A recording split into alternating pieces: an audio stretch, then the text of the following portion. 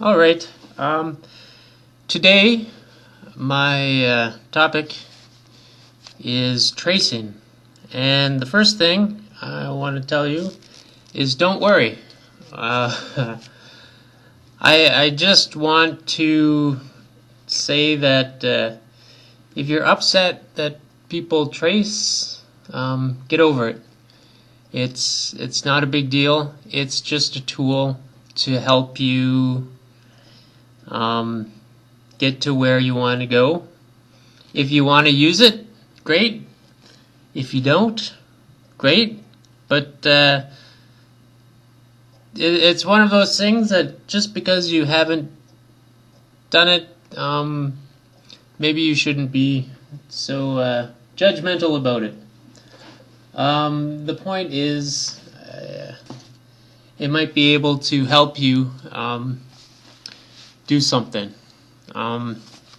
So, tracing in itself is actually like a hand-eye coordination thing. You actually do require some skill to trace a picture or a photo. I'm just drawing right on top of a piece of paper because I could at some point in time take this image into my computer and further modify it or not, or I could use this image here. One of the things that I did for a couple months was I would trace pictures on newspapers like this, and we're all familiar with the putting the mustache on people or blacking out teeth. And every time I do that, it is fun. It's damned enjoyable. So if you've got a problem with that, you've got a problem with me. Yeah. So while I talk about this tracing in general, I'm going to trace this picture and see if basically I can come up with something maybe more interesting or not. I can also tell you that the reason I was telling you that I was tracing pictures in newspapers was because it actually helped me draw without tracing. It helped me understand lines, because sometimes you trace over what you see as a line, and then you look at the lines when you're done, and it looks weird. It looks disproportionate, and it looks funny, and I sort of wanted to know why that was. So I kept tracing things, and every once in a while I still do that. Also, what I want to get across is don't disregard a technology necessarily because of weird hang-ups. I know woodworkers. I know several woodworkers, and a lot of them, maybe two. I don't know that many. When they started, they were thinking, oh yeah, I'm gonna do my woodworking using hand tools. So I'm just gonna use a saw, a hammer, whatever, like a hand saw. Chisels, I'm gonna hand sharpen things. I'm gonna do everything by hand. And they did that for a little while. And they realize it takes a lot of time. The reason that we use hand tools is because they save quite a bit of time. And at the end, your finished product may look no different. It shouldn't actually.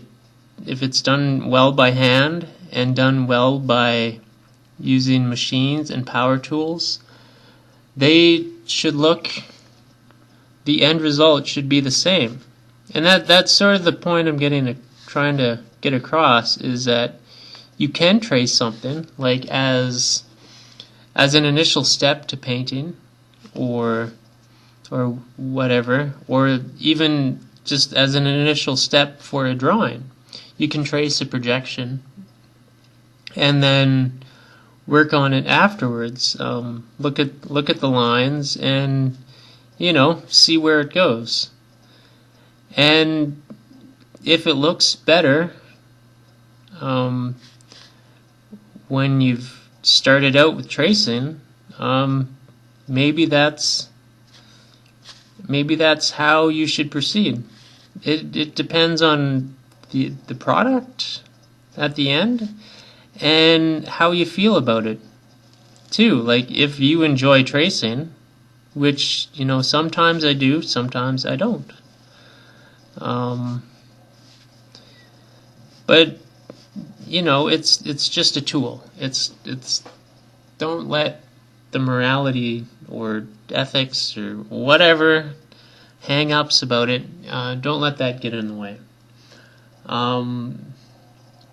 For example, I do laser etching of portraits, and I did a John Goodman, right? So there he is there. And when I drew this out initially using just a pen and paper. I didn't trace. I used a reference and from Google Images, and I drew it, did all the lines and shading, and then I took that and put it into Photoshop and edited things, and then I put it into another program and used that to etch this image onto a piece of wood. And that's just using different technologies, and that's sort of what tracing is. It's kind of a technology. And if you want to use that, great. Like, I could have used one of those wood burning tools and burnt in this image. I could have traced it out in pencil. I could have carved it. I could have created this in any number of ways, right? But the reason that I did it the way I did was because each step sort of fit for me. And that's kind of what you want to look for. You want to look for the things that feel right, right? And you want to look at the finished result and ask yourself, is this the thing I wanted? Is this how I wanted the finished product to look?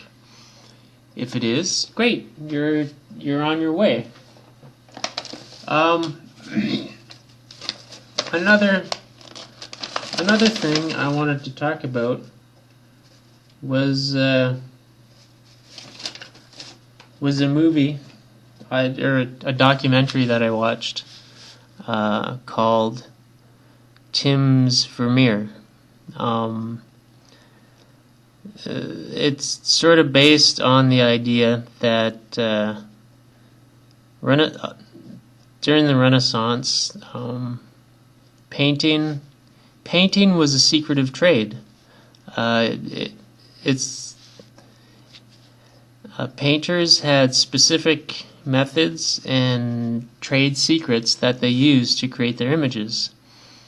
And there were workshops where, like, they sort of ran like a factory. Like, you had people that would lay out an image, people that would draw or paint backgrounds, and it ran, much like a factory does, because the point was to produce paintings, because people wanted these images.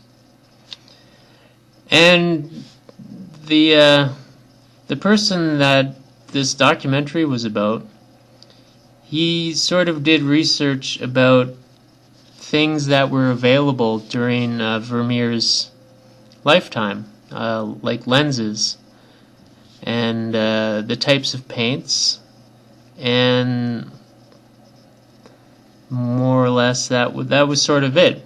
And the guy in the documentary created a real life scene using objects and people, and he used optics and lenses to lay out the painting. And it took him, I think it was, I don't know if it was a year to do the painting itself, but this was a year of full-time painting. It was about that sort of time span, and like for 8 hours a day he would paint his scene. And some people are upset that you would sort of accuse a painter of tracing. But on the other hand, the works that the painter created were amazing, and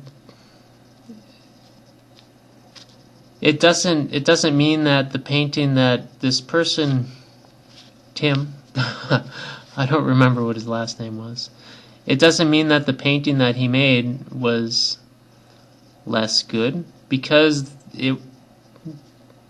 from what I could see, other than the figures, the painting was pretty remarkable. And this was a person who had no painting background, really. He was sort of an artist. He knew about light and color, but painting, wasn't his thing. Like, he admired painting, but the point is he used a technology to obtain a specific result. Right? He wanted to recreate a Vermeer painting. He didn't want to copy it. And the way he recreated it was actually fairly remarkable in itself.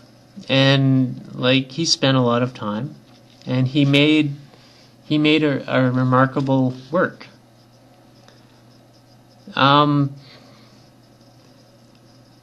So I don't know. It's just that you need to,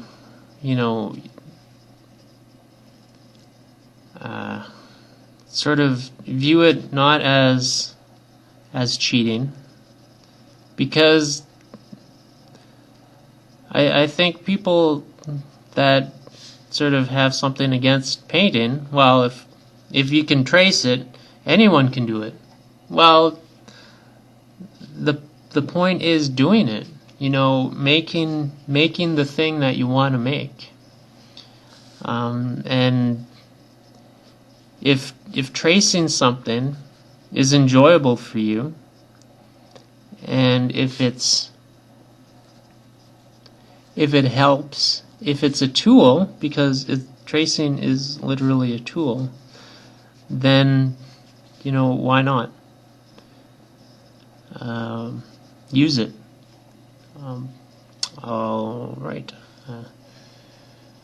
Thank you. I don't know what my next topic is. I think 3D rendering. Great. Stay tuned. Thank you for this something time.